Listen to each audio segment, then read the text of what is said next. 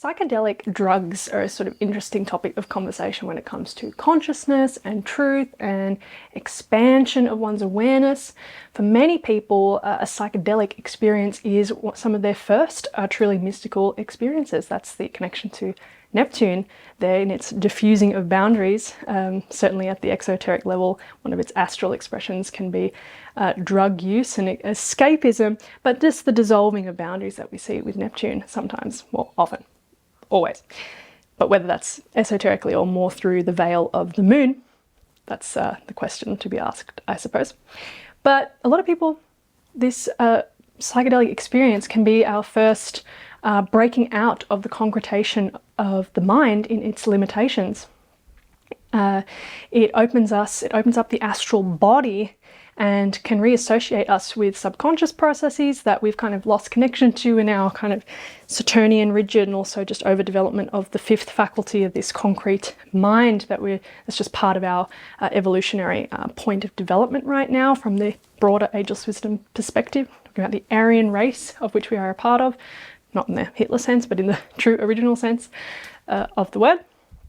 And but I guess the question that I really want to touch on today is, from the solar point of view, from the ageless wisdom point of view, do psychedelics enable the unfolding of the soul in any way, shape or form? The short answer is no, but we're going to unpack a few of these ideas today and I'll share what my perspective is on the subject.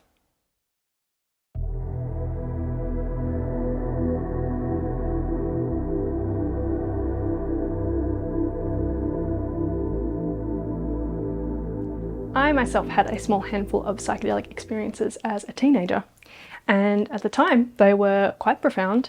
I certainly had that experience of that initial breaking out of mind, although I had at that point already been on a bit of a philosophical bent and following our recent ninth house video, a bit of an expansion of my awareness beyond my certain preconceived limitations, shall we say.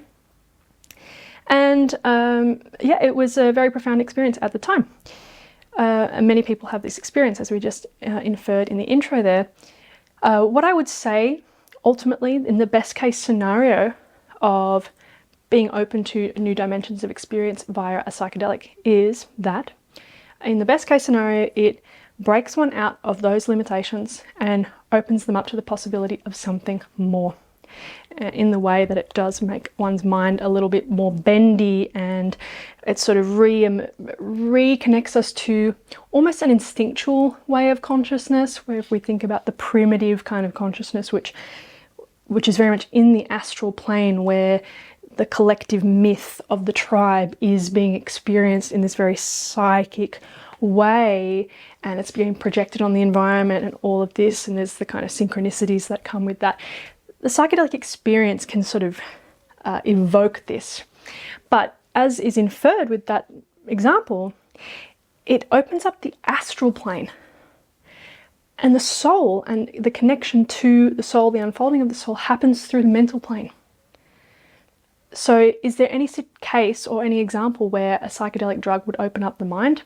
Not in the true sense of a vivification of the intuition and the awareness of the soul opening up the head centers in any kind of stable way. Again, it opens up the astral body, it can dissolve some of the limitations of the concrete mind, and in the best case scenario, it will open up the person to something new and hopefully reorient them to a mystical orientation, which is actually the case of Alan Oken. Of course, we've been referencing his book with our house series.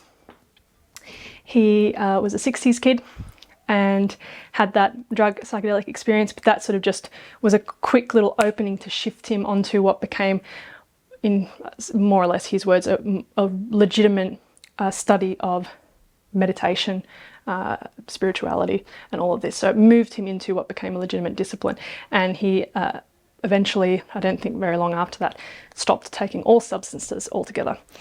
So the fact that it is astrally stimulating, we see the effects of that with how prone people are to falling into psychotic states with psychedelics. And that is always the risk especially if you are someone who's naturally more open-minded, naturally more creative, or has a propensity already towards a bit of neuroses, or like you're already very adaptable and sensitive to a lot of different impressions. Let's say you're a little psychic in that, in the really true understanding of that word, then you can really run the risk of aggravating a lot of these different astral forces. And it happens a lot.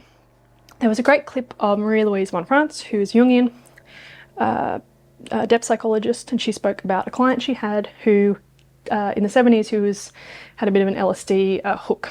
So he was coming to her for analysis, and he was starting to get very clear images in the dream that were telling him that he had to really, it was time to put the LSD down. And he'd had I think a few bad trips at that point, which kind of scared him. And during the analysis, he had a little devil on his shoulder come up and say, oh, you've got like one more trip, why don't you just take it? So even though he knew that, and he'd had messages from the unconscious that it really wasn't the best thing for him anymore, he nonetheless did it anyway, and he had this trip, and he had an awful experience, and he ended up with this tic which lasted several months after the experience. So that was a very big warning slap. But Marie's, when she was telling this story, she's saying, it's my experience that the unconscious is always against taking drugs.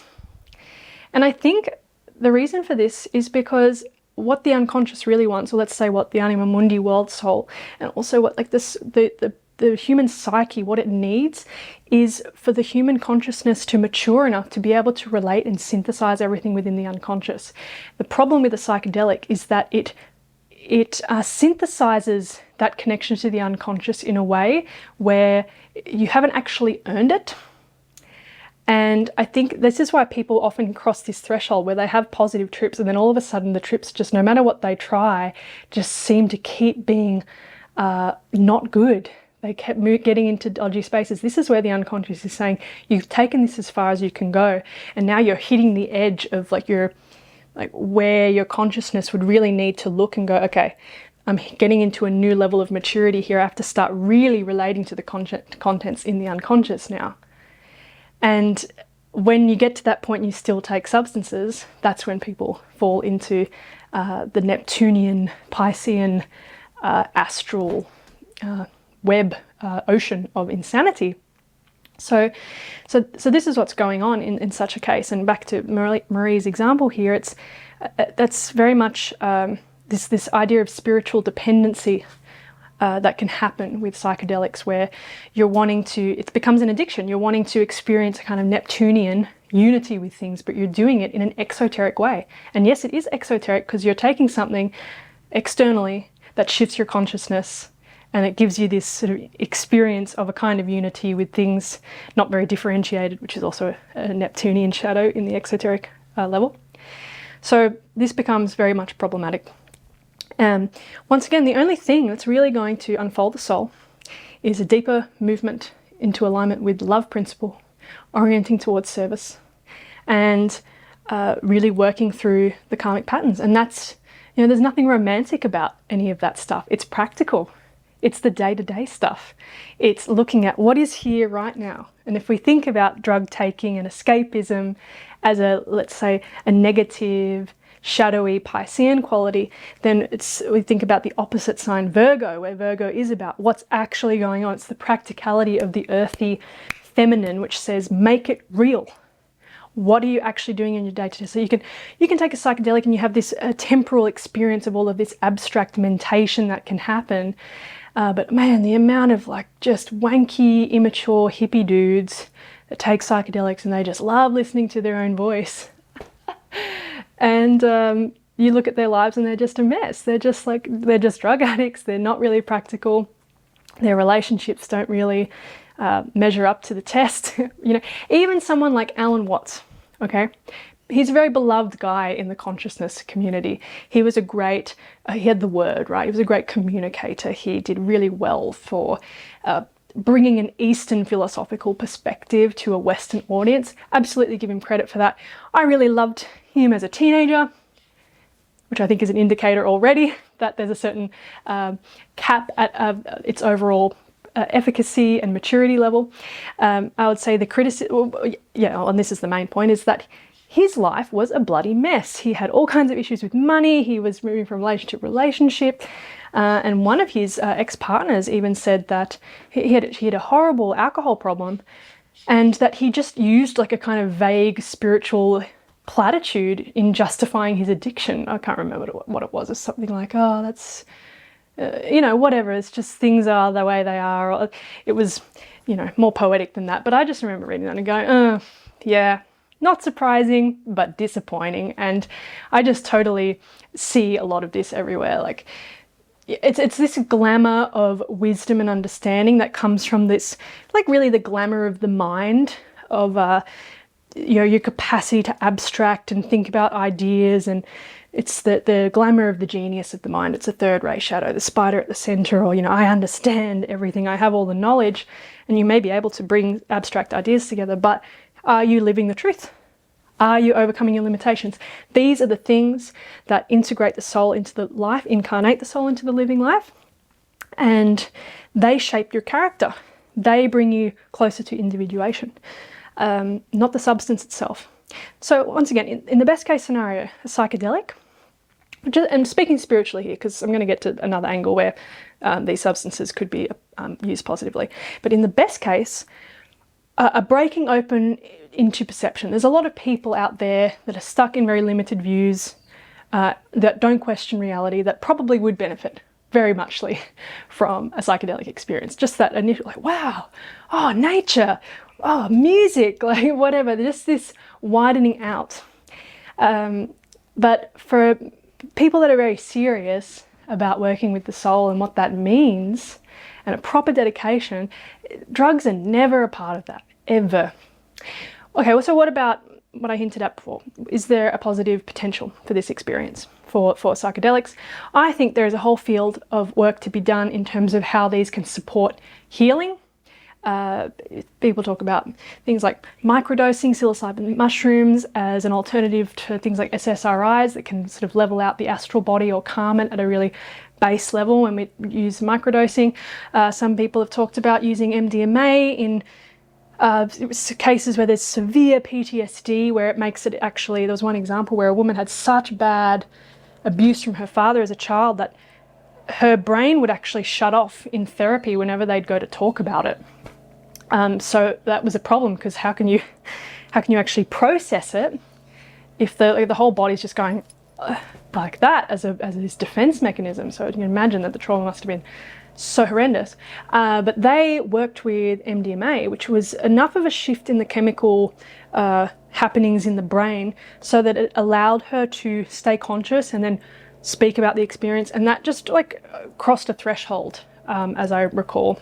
I can't remember where I saw this. This is a while ago, so I might be getting some of the details wrong, but that was the essence of it. And so that's a really relevant example of or the question of how can these substances, which are part of our earthly gifts, and just like any other substance, when we take herbs to support this, when we eat food, and any of these different things that can help synthesize the lower vehicles, this is very Virgo and sixth house kind of orientation that we're getting into here.